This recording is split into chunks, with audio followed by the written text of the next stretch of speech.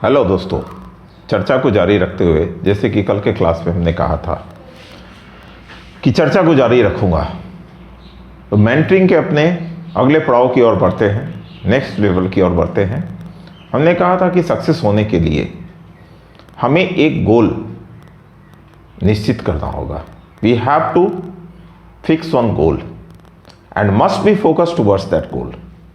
जो गोल हमने फिक्स किया है उसकी ओर अपने आप को फोकस भी करना होगा। ऐसा देखा गया है कि अक्सर घर में पेरेंट्स ये चाहते हैं कि हमारे बच्चे उस एजुकेशन को गेन करें जिससे कि बड़े होने पे वो किसी प्रोफेशन को एक्वायर कर पाएँ, किसी जॉब को या किसी फील्ड को जिसमें वो अपने आप को आगे फ्यूचर के लिए सक्सेस कर सके। इस उद्देश्य से पेरेंट्स, अक्सर सभी पेरेंट्स, यहाँ तक कि हमने भी बच्चों को ये कहा जाता है कि ये करो, वो करो, ऐसे पढ़ो, वैसे पढ़ो, इन चीज़ों को ध्यान दो, इतना देर तक क्लास करो, ये करो। देखा ऐसा गया है कि जो बच्चे गोल को फिक्स करते हैं वो अपने आप को पूर्ण रूप से उसमें ढाल देते हैं। ऐसा ही एक उदाहरण हमारे एक स्टूडेंट का था। लोग अगल बगल अड़ोस पड़ोस सभी कमेंट्स भी करते थे उस स्टूडेंट पे। बच्ची जब छोटी थी, क्लास 7th 8 में, तो उस समय वो पढ़ाई के वक्त किसी और चीज़ पर ध्यान ही नहीं देती थी। यहाँ तक कि उसके पेरेंट्स ने घर के टीवी वगैरह को भी लॉक कर दिया। फ़ोन वगैरह का तो कहीं दूर तक नामो निशान नहीं था। एक सिंपल फ़ोन, जिसे बेसिक फ़ोन बोलते हैं, वो दिया गया था। सॉरी, उसी बेसिक फ़ोन से उसको कहीं बात करना होता था। उसके घर में भी ये नहीं कि उसे ही दिया गया था, घर में भी परिवार उसी बेसिक फ़ोन को यूज़ करते थे। उस समय फ़ोन का प्रचलन भी बहुत कम था, बेसिक फ़ोन ही हुआ करता था। एक आध जो है इम्प्रूव पैटर्न के थे। ये मैं बात बोल रहा हूँ, बहुत ज़्यादा नहीं, आई थिंक 2004-5 की बात है। उस बच्ची ने जब पढ़ाई की ओर ध्यान दिया तो इस तरह से डूब गया पढ़ाई में। वो दिख जाता है, शुरुआत में ही दिख जाता है पेरेंट्स को और अड़ोस पड़ोस सभी को, जो इस चीज़ को ऑब्जर्व करते हैं कि बच्चा आगे कुछ ना कुछ करेगा। हुआ यूँ कि बच्ची ने 10th में तो जो मार्क्स लाया, उसका क्लास भी लिया मैं, ऐसा नहीं है कि क्लास नहीं लिया, उसका क्लास लिया, 10th तक मैं पढ़ाया। और उस बच्ची ने 12th करने के बाद फर्स्ट अटैम्प्ट में ही IIT क्रैक किया। IIT गुवाहाटी से वो IIT की, और उसके बाद जो है वहाँ से निकलने के बाद उसने जॉब ज्वाइन किया ओराकल में। 2 साल ओराकल में जॉब करते हुए वो बच्ची फिर IIM को फिनिश की। IIM जब क्रैक कर गई तब जाके अभी रिसेंट में, ज़्यादा दिन नहीं हुआ, 6-7 महीने पहले, PWD का जोनल इंचार्ज है। तो ऐसा होता है, वो बच्चे के रुख से ही पता चल जाता है कि ये बच्चा आगे किसी फील्ड में कुछ करेगा। हम प्रेशर डाल के किसी चीज़ को नहीं कर सकते हैं, बच्चे का इंटरेस्ट देखा जाता है, लेकिन पेरेंट्स इसके साथ इस चीज़ को भी ऑब्जर्व करते हैं कि क्या हमारा बच्चा कैपेबल है या नहीं। ज़बरदस्ती थोपने से कोई चीज़ नहीं होती है। मेरी बच्ची के साथ भी हुआ। जब 10th की तो उसने बोला कि पापा हम साइंस लेंगे, बायो विथ मैथ्स। 19 डेज लगा उसको काउंसलिंग करने में। 19 डेज के बाद वो एक्सेप्ट की कि ठीक है, मैं बायो छोड़ देती हूँ। हमने कहा कि नहीं होगा। क्यों? क्योंकि हम बीइंग ए पेरेंट्स अपने बच्चे को जान रहे थे। तो खासकर उन पेरेंट्स के लिए जो बच्चे पे इम्पोज करते हैं, फोर्स करते हैं कि नहीं तुम्हें यही करना है, वो इम्पोज और फोर्स करना बहुत हद तक उचित नहीं होता है। लेकिन बहुत हद तक जो एक्सपीरियंस पेरेंट्स हैं, उन पेरेंट्स की बात को बच्चों को ध्यान में भी देना चाहिए। वो उनके लिए लाभकारी होता है, जैसे कि मेरी बेटी के कंसर्न में हुआ। उसने बायो को छोड़ के मैथ पे ही फोकस किया, बीटेक की, और आज जो है वो विप्रो में सॉफ्टवेयर इंजीनियर के रूप में कार्यरत है। तो ये होता है अक्सर कि आपको अपने बच्चे को काउंसलिंग करना पड़ता है, बच्चे की कैपेबिलिटी के हिसाब से, कि वो क्या कर सकते हैं। अब ये एक्सपेक्टेशन लेके कोई पेरेंट्स चले कि हमारा बच्चा जो है वो IS ही होगा या IIT होगा या मेडिकल में ही जाएगा, ये सही नहीं है, हो भी नहीं सकता है। और बच्चे जब बच्चे हैं तो बच्चे होते हैं, उनका उम्र होता है खेलने का, धूपने का, इधर उधर करने का। तो बचपन से ही देखते हैं बहुत सारे पेरेंट्स, बचपन से ही ये क्लास जाओ, वो ये करो, ऐसा करो, वैसा करो, 10 तरह के चीज़ को इम्पोज किया जाता है, उस पर प्रेशराइज किया जाता है कि ये भी करो, वो भी करो। और वैसे बच्चों के कंसर्न में देखा जाता है कि वो बच्चा किसी भी फील्ड में बहुत अच्छा नहीं कर पाता है, सिंपल चलता है। और जो बच्चे एवरेज रहते हैं, खेलते कूदते इधर उधर, वो मैं कल भी बताया था कि एवरेज बच्चे जो हैं वो किसी चीज़ को तुरंत हासिल कर लेते हैं। क्यों? क्योंकि एवरेज बच्चे सभी फील्ड की जानकारी रखते हैं, वो सभी कुछ में इंटरेस्ट रखते हैं। तो मैं उन्हें पहले ही कह दिया कि केवल मैथमेटिक्स में फास्ट कैलकुलेशन, और बहुत सारे यूट्यूब में आप लोग देखते होंगे कि दिया जाता है कि ये गुणन मल्टीप्लिकेशन का ये शॉर्ट प्रोसेस है, इस तरह से इतना टाइम बचेगा, इससे इतना होगा, ये आप ऐसे कर लोगे वैसे कर लोगे। बहुत सारे जो प्रोफेशनल यूट्यूब भी चल रही है या प्रोफेशनल क्लासेस वगैरह चल रही हैं, तो उसमें ये दिया जाता है। ज़रूरी नहीं है कि उससे बच्चे आगे बढ़ ही जाएं। ग्रास्पिंग पावर कितना है बच्चे का, ये सारा कुछ उस पर डिपेंड करता है। जिस बच्चे का ग्रास्पिंग पावर बहुत अच्छा है वो इन चीज़ों को तुरंत एक्वायर कर लेता है और उसको जनरल में अपने लाइफ में, डे टू डे लाइफ में उसको यूज़ करके और एक्सचेंज करता है। मीन्स वो बच्चे उस पर प्रैक्टिस करते हैं, उस पर कार्यरत रहते हैं और प्रैक्टिस करते करते उसको वो आगे बढ़ाते हैं। तो कहने का मतलब ये है कि हमें फोर्स करके किसी भी बच्चे का पहले साइकोलॉजी पढ़ा जाता है कि क्या बच्चे को किस में इंटरेस्ट है। आज तो सोशल मीडिया इस हिसाब से आगे बढ़ गई है कि सभी बच्चों को सोशल मीडिया में ही जाना है, उसी में लगे रहते हैं, मोबाइल पे ही सारा कुछ अभी चल रहा है। ये लॉकडाउन, ये जो पेंडेमिक चल रही है कोरोना की, इस पर भी मैं डिस्कस करूंगा जब मैं CBRN पे वारफेयर पे जब डिस्कस करूंगा, वो भी मैं बताऊंगा। एक न्यू प्लेटफॉर्म, एक न्यू थिंग्स, एक न्यू चीज़ आप लोगों को दूंगा कि ये कोरोना वायरस जो है, जो फैला है, वह एक तरह का बायोलॉजिकल वार है जिसका इम्पैक्ट लॉन्ग ड्यूरेशन तक होता है। इस पर मैं डिस्कस बृहद रूप से करूंगा जब CBRN का क्लास लूंगा। तो NBCB उसे बोलते हैं। C stands for chemical, B stands for biological, R stands for radiological और N stands for nuclear warfare. तो उस पर डिस्कस करूंगा, तो उसके कंसर्न में बताऊंगा कि किस तरह से ये इफेक्टिव होता है। तो ऐसा देखा गया कि सभी क्षेत्र में जानकारी रखने से बच्चे जो सभी क्षेत्र को देखते हुए चलते हैं, सभी तरह की बातों को, सभी तरह की भावनाओं को, सभी चीज़ को लेकर चलते हैं, वो बच्चे अक्सर सक्सेस होते हैं। तो सक्सेस का राज क्या है, ये मैं बताया था कि सक्सेस का राज क्या है, ये डिपेंड करता है कि बच्चे का इंटरेस्ट किस क्षेत्र में है। देखते होंगे टीवी वगैरह पे आप लोग कि जो बच्चा डांस में बहुत अच्छा है, परफॉर्म कर रहा है, वो डांस में ही अपने आप को इस तरह से, कोई संगीत में, सिंगिंग में इतना अच्छा है कि देखिए एक से एक गाने वाले हैं। और मैं ये बोलूँगा कि हम जो सोशल मीडिया में इधर उधर जाते हैं, गेम और जो वेब सीरीज़ वगैरह हैं, उस पर आजकल बच्चे बहुत ज़्यादा इंटरेस्ट रखते हैं और देखते हैं। ठीक है, मैं ये नहीं कहूँगा कि गलत है, लेकिन कुछ हद तक उसकी भी एक टाइम फ्रेम होती है कि हमें इस टाइम से इस टाइम तक, इतने देर तक हमें ये देखना है, उसके बाद नहीं देखना है। एक सीरीज़ देख लिए, एक देख लिए, उसके बाद लेकिन उसके साथ साथ हमें इसी सोशल मीडिया पे उन चीज़ों को भी देखना है। जब हम काफ़ी प्रेशराइज हो जाते हैं, जब प्रेशर बढ़ता है, चिंताएं बढ़ती हैं, तो उससे मुक्त होने के लिए सबसे उचित और साधारण उपाय जो है वो है संगीत।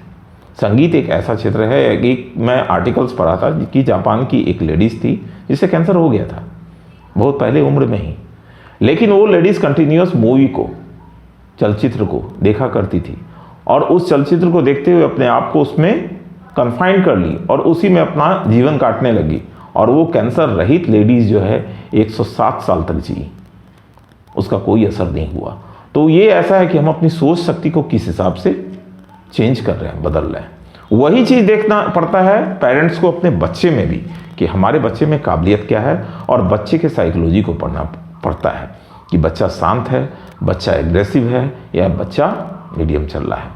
बहुत ऐसा हुआ है, बहुत स्टूडेंट के साथ जो जिनके फादर्स वगैरह ऊंचे अपर पोस्ट पे हैं और बच्चा पढ़ने से बिल्कुल विमुख हो गया। क्यों? क्योंकि एक्सपेक्टेशन पेरेंट्स को इतना ज़्यादा हो जाता है कि हमारा बच्चा ये क्यों नहीं किया, वो क्यों नहीं किया। भाई उसके भीतर क्या वो इच्छा जागृत है? आपने उसको जांचा है कि क्या हमारा बच्चा किस चीज़ को लेना चाह रहा है, किस चीज़ को नहीं लेना चाह रहा है, किस में उसका इंटरेस्ट है। और हम बच्चे को हरदम ये ना करो, वो ना करो, ऐसे नहीं करो, वैसे नहीं करो। तो ये ना शब्द जो है बच्चों के जीवन में इस तरह से घर कर गई है कि बच्चा अपने पेरेंट्स को देखते हुए ही इरिटेट हो जाता है, गुस्सा में आ जाता है कि यार जो भी कर रहे हैं सब चीज़ के लिए। तो ऐसा भी होना उचित नहीं है पेरेंट्स के लिए। पेरेंट्स को चाहिए कि अपने बच्चे को पहले समझें, और ये भी नहीं कि इतनी भी लिबर्टी नहीं देनी चाहिए कि आपका वो नाजायज फ़ायदा उठाना लगे, जिसको बुलिस बोलते हैं। तो बच्चे बुलिस भी नहीं होनी चाहिए आपके ऊपर। बुलिस होने से, जैसे स्कूल में टीचर के ऊपर बुलिस होने से वो टीचर कुछ नहीं पढ़ा पाता है, बच्चों को कंट्रोल नहीं कर पाता है। तो बच्चा है वो तो चंचल मन है, उस चंचल मन में तो वो करेगा ही, लेकिन हम उसको कैसे कंट्रोल करते हैं। इसलिए हमने क्या कहा कि उसके साइकोलॉजी को हमको पढ़ना पड़ता है कि बच्चे का साइकोलॉजी क्या है, किस हिसाब से बच्चा चलता है। हो सकता है कि आप ना भी कर पाएं, तो किसी जानकार आदमी से जिसे इस बारे में जानकारी हो उससे बोलें कि एक आध बार मेरे बच्चे से बात कीजिए, और वो सॉल्यूशन आ जाता है। तो बच्चे का सबसे पहले मन स्थिति देखना पड़ता है कि वह किस क्षेत्र का है, कैसा है, क्या चाहता है, किस में ज़्यादा इंटरेस्ट है, और जिसमें ज़्यादा इंटरेस्ट है अगर आप उस चीज़ को फोकस देंगे तो आप देखिए वो एक दो मूवी भी है, 3 इडियट्स, उसमें भी देखे हुए हैं कि कैसे वो उसके फादर चाह रहे थे ये, और वो बच्चा जो है फोटोग्राफी और इन सभी में। तो इस तरह के बहुत सारी मूवीज़ वगैरह में भी इस चीज़ की जानकारी दी गई है कि ज़रूरी नहीं है कि हम इम्पोज करके ही किसी चीज़ को लें। कहने का मतलब ये है कि हम अपने बच्चे को सबसे पहले परखें, जानें कि हमारा बच्चा क्या है, और उस हिसाब से बच्चे को हमेशा प्रोत्साहित, कभी भी डीमोरलाइजेशन वाला जो है बात नहीं करना चाहिए। हमेशा मोरल को अप रखना चाहिए, आप प्रेज करनी चाहिए अपने बच्चे को, प्रोत्साहन देना चाहिए, उत्साह बढ़ाना चाहिए। ऐसा करोगे तो ये होगा, ये करोगे तो ये होगा, बहुत अच्छा कर रहे हो, बहुत अच्छा। ये नहीं कि एग्जाम में मार्क्स कम आ गया, ये आ गया तो उसके 10 तरह के जो है प्रेशर डालने लगे। अक्सर होता है, 90% घरों में ये देखा जाता है कि उसके ऊपर इतना दबाव डालते हैं कि जो भी मार्क्स लाया है नेक्स्ट परफॉर्मेंस में उससे भी खराब आ जाता है। डर से उसके हाथ कांपने लगते हैं, एग्जाम में चलते नहीं हैं। तो ऐसा करने से आप खुद गड्ढा खोद रहे हैं अपने बच्चे के लिए। वैसा ना करें, मैं आग्रह करूंगा सभी पेरेंट्स से कम अपने बच्चे पर इस चीज़ का ध्यान दें कि बच्चा क्या चाह रहा है और बच्चे को हम कैसे आगे बढ़ाएंगे। सभी बच्चा जरूरी नहीं है कि आपका सभी बच्चा बहुत अच्छे ओहदे पे, बहुत अच्छे पोस्ट पे चला जाए, लेकिन आज के सिनेरियो में, आज के युग में, पहले वाला युग नहीं रह गया। आज के युग में सभी बच्चे कुछ ना कुछ करते ही हैं और अपना लाइफ, अपनी जीविका चला ही लेते हैं। लेकिन वही है कि गाइडलाइन पेरेंट्स को और टीचर्स को, या जो भी दूसरा जो सलाहकार है, उस सलाहकार को गाइडलाइन बच्चों को उस हिसाब से देना चाहिए कि तुम ऐसा करोगे तो ये होगा, ये करोगे तो वो होगा, ऐसा करोगे तो ये चलेगा। और सभी सर्वाइवल कर लेते हैं। मैं देखा हूं कि जो बिल्कुल निम्न से निम्न स्टडी भी किया हुआ है वो भी अच्छा कर जाता है, और बहुत ऐसा है कि जो हायर स्टडी करने के बाद भी IIT भी जो हैं, जो IIT करने के बाद भी बैठे रह जाते हैं। तो ये ज़रूरी नहीं है कि जॉब उसको मिल ही जाए, डिपेंड करता है कि आज के मार्केट में डिमांड किस चीज़ का है। तो ये चीज़ भी बच्चे को शुरू से, अगर बच्चे से, बचपन से ही बच्चे के दिमाग में ये भरें कि आप इस, लेकिन ज़रूरी नहीं है कि वो चीज़, जब हम लोग थे उस समय टाइपिंग और शॉर्ट हैंड थी, ये कंप्यूटर वगैरह नहीं था। लेकिन आज के सिनारियो में कंप्यूटर मेन हो जाता है, तो आपको भी अपडेट होना पड़ेगा। चेंज बोलते, change is a natural phenomenon. Nature में भी आप देखते हैं अक्सर चेंज होता रहता है, चाहे मौसम हो, चाहे प्रकृति हो, चाहे जो भी हो, आप अपने ग्रोथ में ही देख लें। चेंज सभी जगह है, बिना चेंज के हम नहीं जी पाते हैं। चेंज तो लाइफ में है ही, तो उस चेंज को अपनाना पड़ेगा। मीन्स आपको खुद, पेरेंट्स को खुद चेंज करना पड़ेगा कि आज के सिनारियो में क्या रिक्वायरमेंट है, हमारे बच्चे को किस हिसाब से हम गाइड करेंगे ताकि आगे का फ्यूचर फॉर्चून बोला जाता है कि भविष्य का भी निर्धारण करें, भविष्य को सोचें, दैट इज फ्यूचर फॉर्चून। आप फ्यूचर को नहीं सोचोगे, वर्तमान में जियो, भूत को भुला जाओ, बिसर जाओ, वर्तमान में जियो और फ्यूचर के लिए सोचो। बच्चे को किस लिए पढ़ाते हैं? वही हमारा क्या है? अर्जित धन है, संचय किया हुआ धन है, दैट इज द प्रॉपर्टी। अगर सपूत बोलते हैं कि सपूत हो गया तो धन संचय क्या? धन को इकट्ठा करने से कुछ नहीं है। बच्चे को सपूत बनाओ, अच्छा बनाओ, ताकि वो आपका धन रहेगा, वही आपके लिए सब कुछ करेगा। तो बच्चे को उस हिसाब से संस्कार, घर का माहौल आप किस तरह का रख रहे हो, आपस में किस माहौल में आप जी रहे हो, सामाजिक वातावरण क्या है, कैसा इन्वायरमेंट है, किस इन्वायरमेंट में आप जी रहे हो, इन सभी का बहुत असर पड़ता है। किसी भी बच्चे के जीवन पे। अब जरूरी नहीं है कि जो बच्चा जो है हाई फाई सोसाइटी में और बहुत इसमें रहता है वही आगे अग्रसर होता है। आप देखोगे झुग्गी झोपड़ी में भी रिक्शा चलाने वाला, टेम्पू चलाने वाले का ये बच्चा जो आगे निकल जाता है। क्यों? अक्सर उन बच्चों पे देखा जाता है कि जो बचपन से कष्ट काट रहे हैं, जिसे जीवन की अहम पता है, मूल्य पता है कि जीवन को हमने कैसे जिया है। अगर इसको इम्प्रूव नहीं करेंगे तो आगे भी हमारा लाइफ कष्ट में ही होगा। वो बच्चा जो इस चीज को सीख लेता है बचपन में, वो बच्चा अपने जीवन में आगे चल के बहुत अच्छा कर जाता है। तो इसलिए देखते हैं कि गरीब परिवार से ही, गरीब घर से ही, इसलिए हमारा शुरू का जो क्लास था उसमें हमने आग्रह भी किया था कि खासकर गरीब बच्चे अगर जुड़े तो वो मेरे लिए ज़्यादा अच्छा रहेगा, ताकि उनको एक गाइडलाइन मिले कि वो आगे कैसे अग्रसर होंगे। तो गरीब बच्चा ही अच्छा करता है। परसेंटेज भी आप देखोगे तो परसेंटेज उन बच्चों का निकलता है जो मेहनत से निकालते हैं। दूसरा है कि हम फैसिलिटी किस हिसाब से, किस हद तक अपने बच्चे को प्रोवाइड कर रहे हैं। तो ऐसे बच्चे भी अच्छे कोचिंग क्लासेस में, अच्छे इंस्टीट्यूशन में, वहाँ जाके अपने आप को जो शुरू से बिल्डअप किए हुए हैं, जिनका बेस बहुत स्ट्रांग है, इसलिए हमने कल के क्लास में क्लियर कट बोला था मेंटरिंग क्लास में कि बेस स्ट्रांग होना बहुत ज़रूरी है। जिसका बेस स्ट्रांग है वही कोचिंग क्लास वगैरह में अपने आप को पुल ऑन कर पाता है। अदरवाइज क्लास में डल, एक डॉल की तरह बैठा रहेगा, बोर्ड की तरफ देखता रहेगा, उसके पल्ले कुछ ना पड़ने वाली है, कुछ नहीं समझ में आता है उसे। वो आएगा जाएगा क्लास अटेंड करके आएगा। क्यों? क्योंकि घर में प्रेशर है कि जाना है, तुम्हें करना है, तो ठीक है करना है, तो वो अपने जा रहा है, कर रहा है, वो अपना ड्यूटी परफॉर्म कर रहा है, वो सक्सेस नहीं हो पाएगा। इसलिए बेस को स्ट्रांग करना, बच्चे जो अगर इसको देख रहे होंगे तो उनको अपना बेस स्ट्रांग रखना। इसलिए मैं बोला बेस स्ट्रांग करना बहुत ज़रूरी है, चाहे वो मैथ्स का हो, साइंस का हो या दूसरे फील्ड का हो। बेस होना बहुत ज़रूरी है। बेस रहेगा तभी आप किसी कोचिंग क्लास में भी उसको समझ पाओगे और अपने आप को अच्छा कर पाओगे। तो अच्छे करने के लिए सभी कुछ को लेके चलना पड़ता है, और पेरेंट्स को भी ये देखना है कि हम अपने बच्चे का बेस कितना स्ट्रांग कर पा रहे हैं। क्यों? क्योंकि टेंथ ऑनवर्ड जो है पूरा ट्रैक ही चेंज हो जाता है, स्टडी का पूरा ट्रैक चेंज हो जाता है। क्या हमने बेस बनाया 10 तक में, 10वीं तक में जो बेस बनाया वही बेस आगे काम आएगा। लेकिन बोलते हैं कि ट्रैक चेंज हो गया सर, तो कैसे बेस काम आएगा? भाई जब आपका बेस स्ट्रांग है, आपका माइंड डेवलप हो गया है, आप किसी चीज को ग्रास्प कर सकते हो, समझ सकते हो, तभी तो आगे की क्लास में जो चेंज होगा उसको आप ग्रास्प करोगे इजी। न्यू थिंग्स को आप देखोगे और उसको समझोगे। इसलिए बोला गया कि बेस को स्ट्रांग करना बहुत जरूरी है। बेस स्ट्रांग रहेगा। और दूसरा क्या बताएं कि पर्सनालिटी डेवलपमेंट, आपका पर्सनालिटी काफी अच्छा होना चाहिए। ये नहीं कि हेजिटेट कर रहे हैं, डर रहे हैं, स्टेज पे जा रहे हैं तो सिवरिंग कर रहे हैं, ऑडियंस को फेस कर रहे हैं तो आई टू आई कांटेक्ट नहीं हो पा रहा है, और हम अपने आप को रिप्रेजेंट नहीं कर पा रहे हैं इन फ्रंट ऑफ ऑल। तो रिप्रेजेंटेशन भी आज के युग में बहुत जरूरी है। 50-50% लेके चलिए। अगर आप किसी इंटरव्यू में बैठिएगा एचआर के पास, तो एचआर के पास आपके अपीयरेंस से, आपके इनकमिंग से, उन सभी से ही पता चल जाएगा कि आपकी कैपेबिलिटी क्या है, आप किस हद तक कहाँ आगे बढ़ सकते हो। ये सभी चीज़ जांचा जाता है जब किसी इंटरव्यू में जाते हैं। इसलिए पर्सनालिटी डेवलपमेंट करना बहुत ज़रूरी है। पर्सनालिटी डेवलपमेंट से हम क्या बताएं कि आप सारी जानकारियाँ रखो, ये नहीं कि किताबी जानकारी को रखें, सारी जानकारियाँ रखो। जिस युग में जी रहे हो उस युग को पूरी अच्छी तरह भली भांति जानना जरूरी है। जरूरी नहीं है कि आप एक आईएएस के एग्जाम के लिए इंटरव्यू के लिए बैठे हो और वहाँ जा रहे हो, या एक क्लर्क के एग्जाम के लिए जा रहे हो, इंटरव्यू में जा रहे हो, तो वहाँ आपको क्लर्क से ही रिलेटेड क्वेश्चन पूछा जाएगा, नो।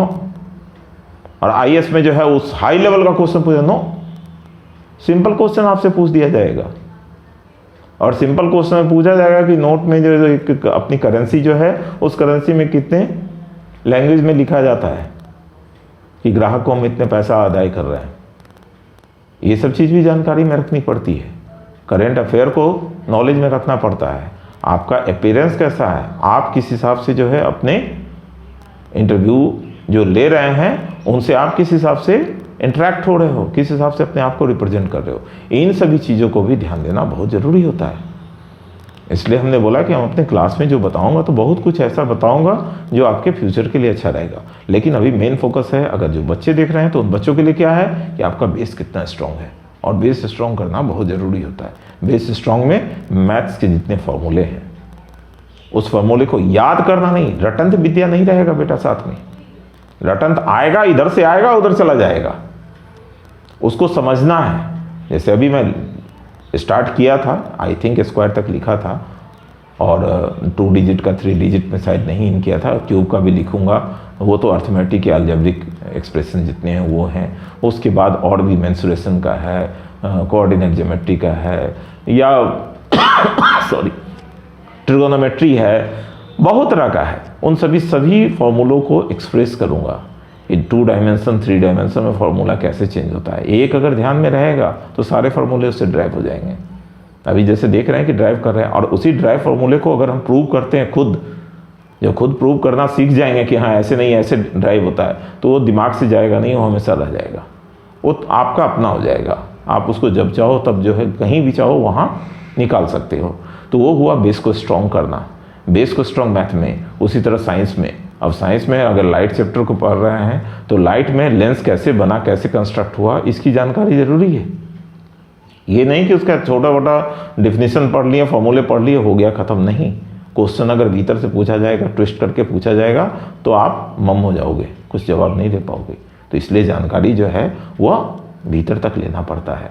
और जानकारी हो सकता है कि वो सारा कुछ दिमाग में ना रहे, लेकिन जिस चीज़ को हम बहुत अच्छी तरीके से समझ के और तब उस पर कार्य करते हैं तो वो रहता है, अपने साथ रहता है। और ये जानकारी खासकर 10th तक बहुत ज़रूरी है एक्वायर करना। 10th के बाद जो है वो प्रोफेशनल का धीरे धीरे उसमें परसेंटेज आने लगता है कि केवल आप एजुकेशनल फील्ड को नहीं, अपने प्रोफेशनल फील्ड को भी स्ट्रॉन्ग कर रहे हो। तो इस तरह की बहुत सारी जानकारियां हम आपको धीरे धीरे अपनी क्लास में दूंगा। अगर बहुत लंबा खींच गया तो वो क्लास फिर बोरिंग लगेगा। तो आज के लिए इतना ही। नेक्स्ट आपको दूसरे दिन फिर मैं दूसरे क्लास में बताऊंगा। धन्यवाद।